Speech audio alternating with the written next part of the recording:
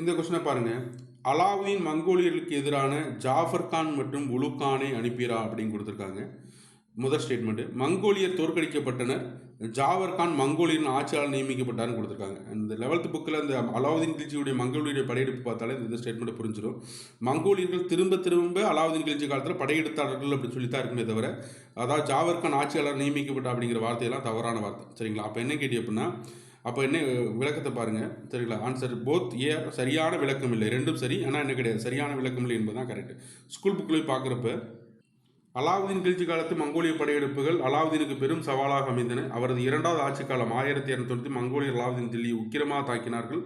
அலாவுதீன் படையால் அவர்களை எதிர்த்து நீக்க அடுத்த ஆண்டில் போதுமான படைகளை மங்கோலியை மீண்டும் தாக்கிய போதும் தில்லியின் புறநகர் மக்கள் தஞ்சமடைந்தனர். இந்த சவாலை அலாவுதீன் தானே எதிர்கொள்ள வேண்டியிருந்தது. இதன் விளைவாக நிகழ்ந்த மோதல் மங்கோலியருடைய படையெடுப்பை ரொம்ப முக்கியமாக ரொம்ப தெளிவாக மீண்டும் மீண்டும் படையெடுத்துன்னு சொல்லி டைரெக்டாக அப்படியே கொடுத்துருக்காங்க.